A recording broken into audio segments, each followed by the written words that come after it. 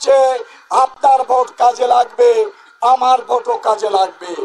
আমি এখানে নির্বাচন করব, 1 লক্ষ ভোট পাই আমি নির্বাচিত হব।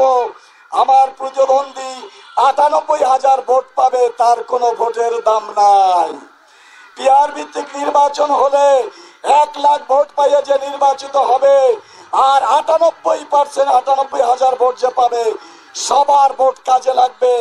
98,000 ভোট বাংলাদেশের ভোটের সাথে যোগদান করে তারা সংসদে আসন পাবে। যদি পিআর নির্বাচন হয়, স্বৈরাচার জন্ম নেবে না কোনোদিন বাংলাদেশে। যারা পিআর চায় না, তারা বিগত 16 বছরের মতন আবার স্বৈরাচার হতে চায়।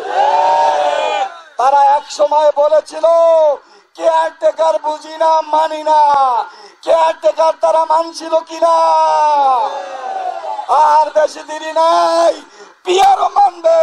পিআরের ভিত্তিতে বাংলাদেশে নির্বাচন হবে ইনশাআল্লাহ।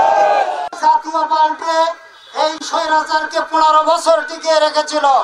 তারা তাদের উচ্ছিষ্ট ভোগী, তারা টাকা নিয়ে, অর্থ নিয়ে, পদ নিয়ে, মন্ত্রী নিয়ে, এমপি নিয়ে এই স্বৈরাচারকে টিকায় রেখেছিল, ঠিক কিনা বলেন?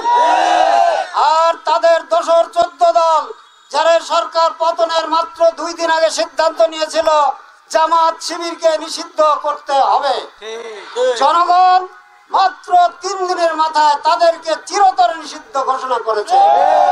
আজকে আমরা বিস্ময়ের সাথে লক্ষ্য করছি, জনতার এই সরকার তাদেরকে এখন পর্যন্ত নিষিদ্ধ করে নাই।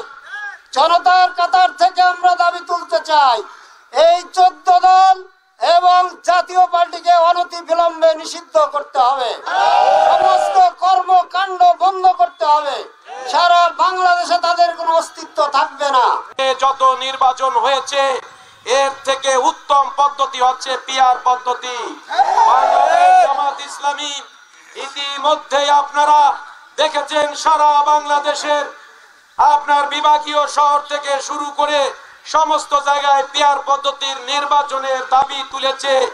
বাংলাদেশের 71% মানুষ এই পিআর পদ্ধতির অধীনে বর্তমান নির্বাচন চায়।